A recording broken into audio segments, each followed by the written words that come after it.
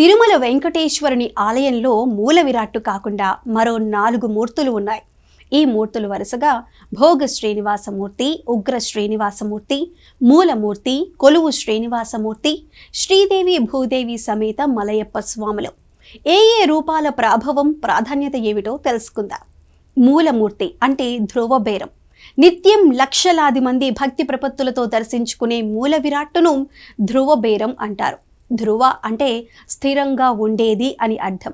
ధ్రువ బేరం అంటే నేలలో స్తంభం పాతుకున్నట్లు స్థిరంగా ఉండే విగ్రహమూర్తి. మూల విరాట్టు అయిన ధ్రువ బేరానికి తెల్లవారుజామున సుప్రభాత సేవ మొదలు అర్ధరాత్రి ఏకాంత సేవ వరకు రోజంతా ఆరాధనలు జరుగుతాయి. ఈ మూల విరాట్టు సాలగ్రామమూర్తి. మూలమూర్తి శిరస్సు నుండి పాదం వరకు 8 అడుగుల ఎత్తులో ఉంటుంది. వీరస్థానక పద్ధతిలో నిలబడి ఉన్న మూల విరాట్టు పక్కన శ్రీదేవి భూదేవి విగ్రహాలు ఉండవు. నిత్యం లక్షలాది మంది భక్తులు తిరుమలేశుని దివ్యమంగళ దర్శనం కోసం ఎదురు చూస్తారు కనుక ఈ మూల విరాట్టును దర్శించుకోవటానికి 2 క్షణాల కంటే సమయాన్ని కేటాయించలేరు. భోగ శ్రీనివాసమూర్తి, కౌతుక బేరం. 1 అడుగు ఎత్తులో ఉండే భోగ శ్రీనివాసమూర్తిని వ్యవహారంలో భోగ శ్రీనివాసుడు అంటారు.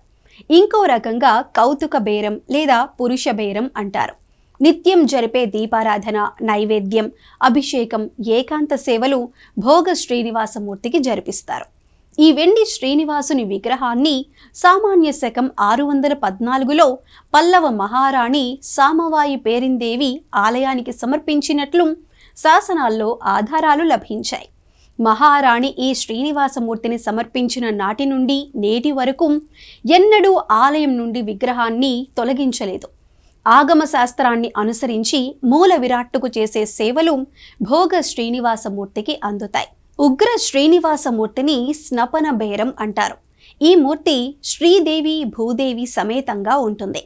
నిజానికి శ్రీనివాసమూర్తి రూపం 11వ శతాబ్దం వరకు ఉత్సవ విగ్రహంగా ఉండేది. సామాన్య శకం 1330లో ఒకసారి ఉత్సవ విగ్రహంగా ఊరేగింపు జరుపుతుండగా అగ్ని ప్రమాదం సంభవించింది. దాంతో అది ఉగ్ర శ్రీనివాసుని రూపానికి సంకేతంగా భావించారు.